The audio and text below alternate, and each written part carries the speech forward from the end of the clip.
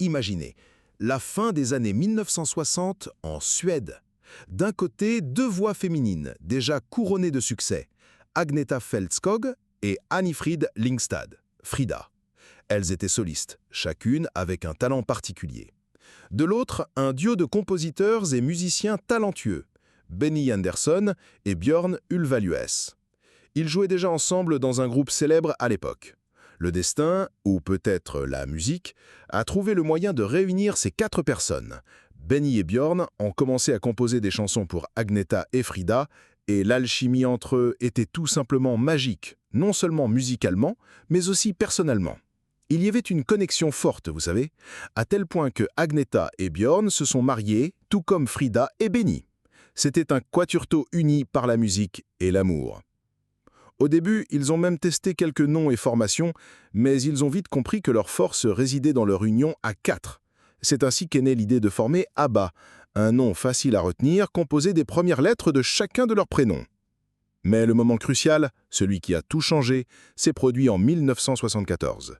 Ils ont participé au concours Eurovision de la chanson, un concours musical majeur et extrêmement célèbre en Europe. La chanson choisie était Waterloo. Et que s'est-il passé? Ils ont tout simplement gagné! Cette victoire à l'Eurovision a été fulgurante. Soudain, ABBA n'était plus seulement un groupe suédois. Ils sont devenus un phénomène mondial.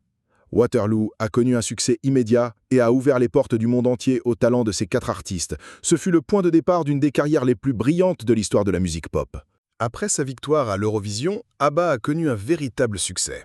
Il n'était pas seulement célèbre en Suède. Le monde entier voulait entendre leurs chansons. Mais pourquoi? Eh bien, le son d'ABBA était unique. Une pop entraînante, avec des mélodies qui vous restent en tête et des refrains qu'on ne peut s'empêcher de chanter. Les voix d'Agneta et de Frida s'accordaient avec magie, créant des harmonies vocales qui sont devenues la marque de fabrique du groupe. Et les paroles, elles parlaient d'un peu de tout, de l'amour intense à la tristesse d'un cœur brisé. On s'identifiait facilement. Ce fut une impressionnante série de tubes planétaires.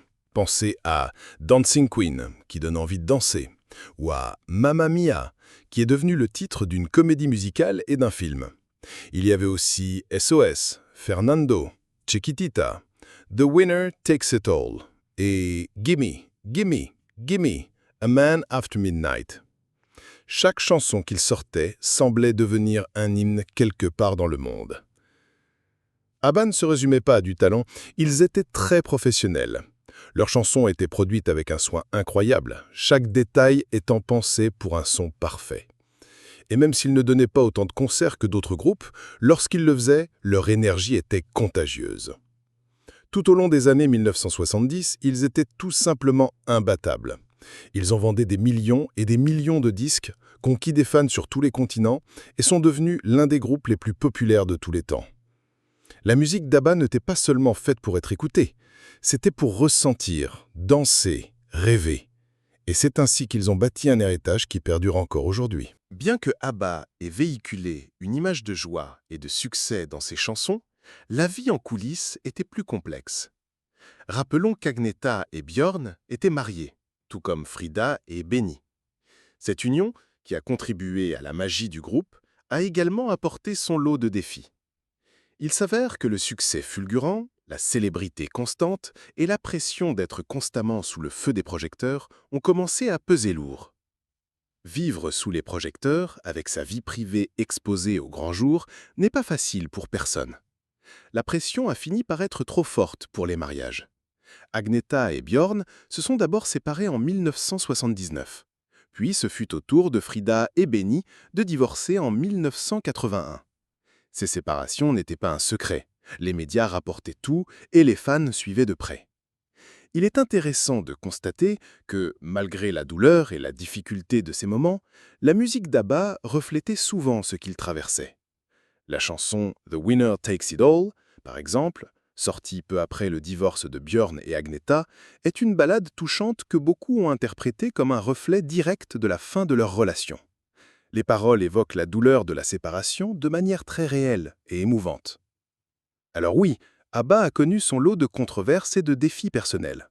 Mais d'une certaine manière, Ces expériences douloureuses ont aussi inspiré certaines de leurs chansons les plus profondes et les plus appréciées, démontrant que même face aux épreuves, l'art peut s'épanouir. Avec l'arrivée des années 1980, l'histoire d'ABBA a commencé à changer. L'élan et l'unité qui semblaient indéfectibles au sein du groupe n'étaient plus les mêmes.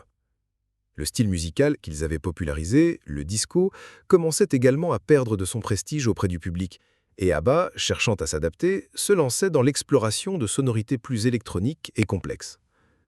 Ils continuaient de sortir des albums incroyables, comme Super Trooper en 1980 et The Visitors en 1981, qui continuaient de bien se vendre et comportaient des tubes. Mais en coulisses, l'enthousiasme pour la création et la vie ensemble semblait s'estomper.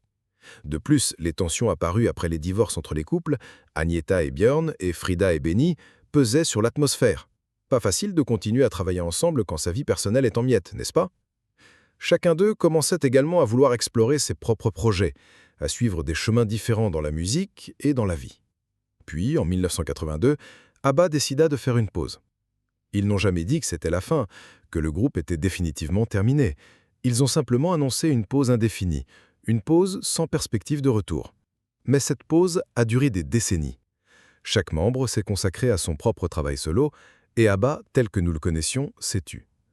C'était la fin d'une époque, mais comme le temps allait le montrer, pas la fin de l'histoire. Même après cette pause des années 80, la musique d'ABBA a tout simplement refusé de disparaître.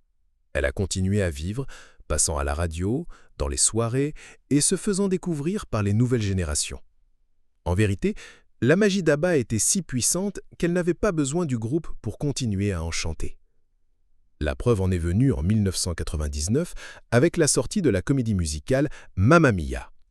Imaginez, une histoire drôle, pleine de romance et d'aventures, racontée à travers les chansons emblématiques d'ABBA. Ce fut un immense succès au cinéma dans le monde entier. Et le succès a pris encore plus d'ampleur lorsque la comédie musicale est devenue un film en 2008, avec un casting de stars, puis une suite en 2018. Mamma Mia a permis aux chansons d'ABBA de toucher un public qui n'avait peut-être jamais entendu parler du groupe auparavant. Les albums et les compilations ont continué à se vendre à des millions d'exemplaires, prouvant que les chansons d'ABBA étaient intemporelles, c'est-à-dire qu'elles ne vieillissaient pas. Ils ont continué à toucher le cœur de tous, quel que soit leur âge. Et puis, à la surprise et à la joie de millions de fans, l'inimaginable s'est produit. En 2021, ABBA s'est reformé. Oui, ils sont de retour. Ils ont sorti un nouvel album, intitulé « Voyage », rempli de nouvelles chansons qui semblaient tout droit sorties de cet âge d'or.